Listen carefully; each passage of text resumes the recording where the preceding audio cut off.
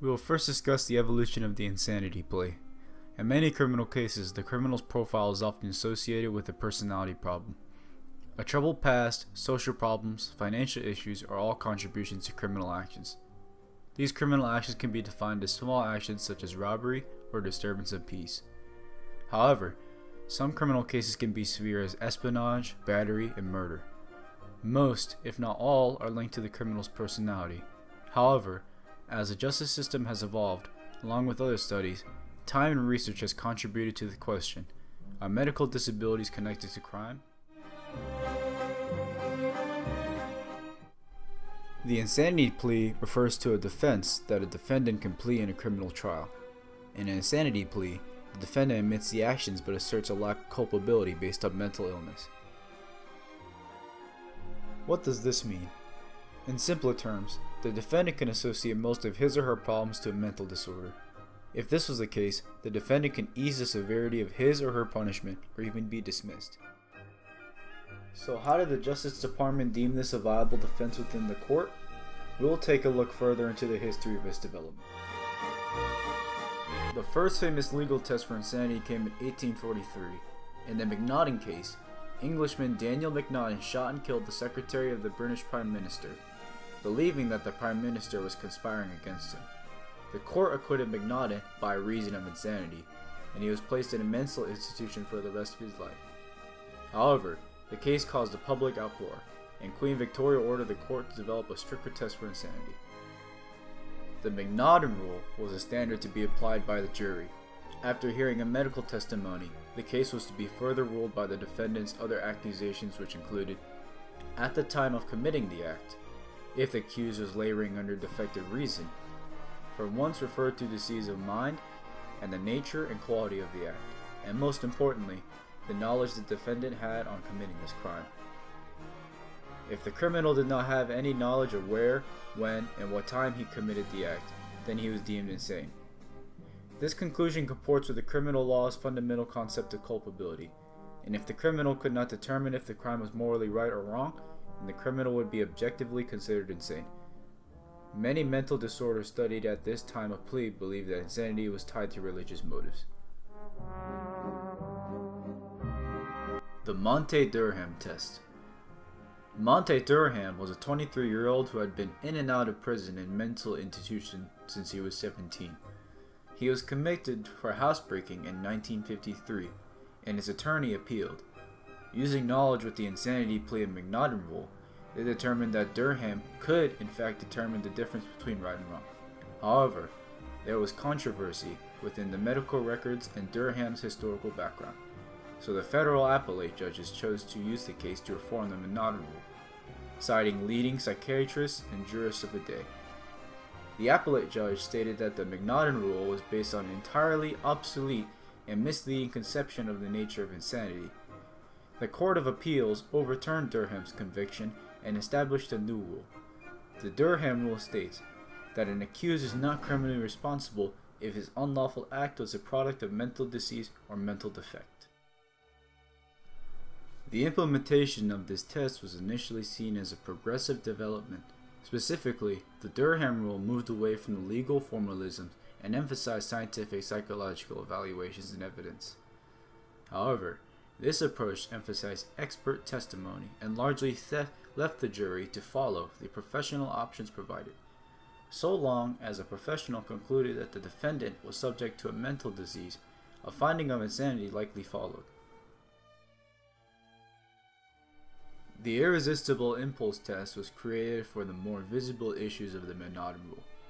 Many times in court under the insanity plea, many defendants were incapable of self-control when determining the wrongfulness of their acts, therefore causing problems with how the punishments were determined by the court, often turning the tide against persons suffering a mental disorder. Under the irresistible impulse test, a jury may find a defendant not guilty by reason of insanity, where the defendant was laboring under a mental disease or defect that compelled him to commit the object offense. The test is well suited for persons suffering from manias and paraphilias. The Mode Penal Code. In 1972, in an attempt to modernize the legal standard for insanity, the American Law Institute, a panel of legal experts developed a new rule for insanity as a part of the Model Penal Code. This rule says that a defendant is not responsible for criminal conduct where he or she, as a result of mental disease or defect, did not possess cited a substantial capability either to appreciate the criminality of his conduct or to perform his conduct to the requirements of the law.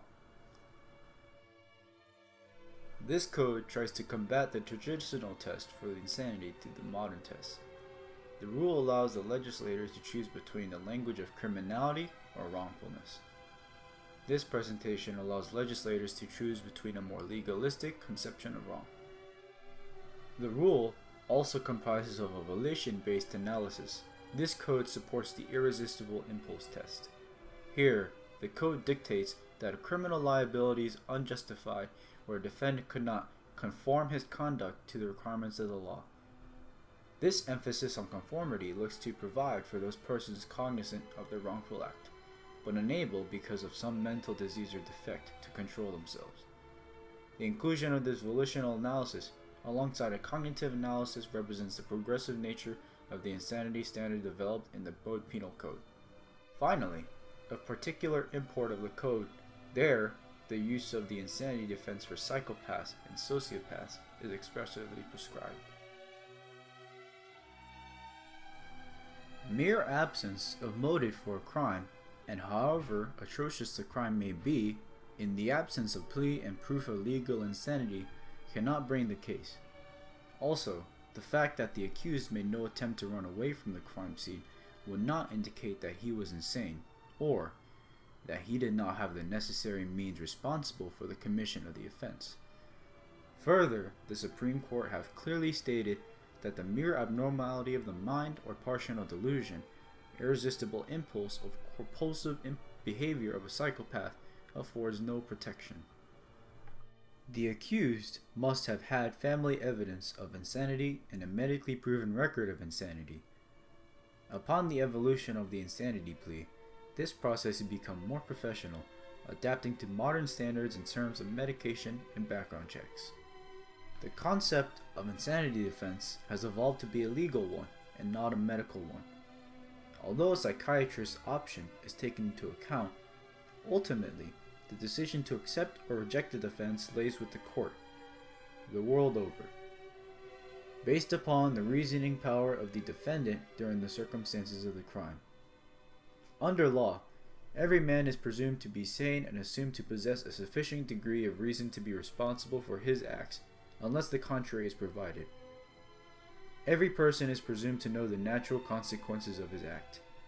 Similarly, every person is also presumed to know the law. Therefore, prosecution does not have to establish these facts.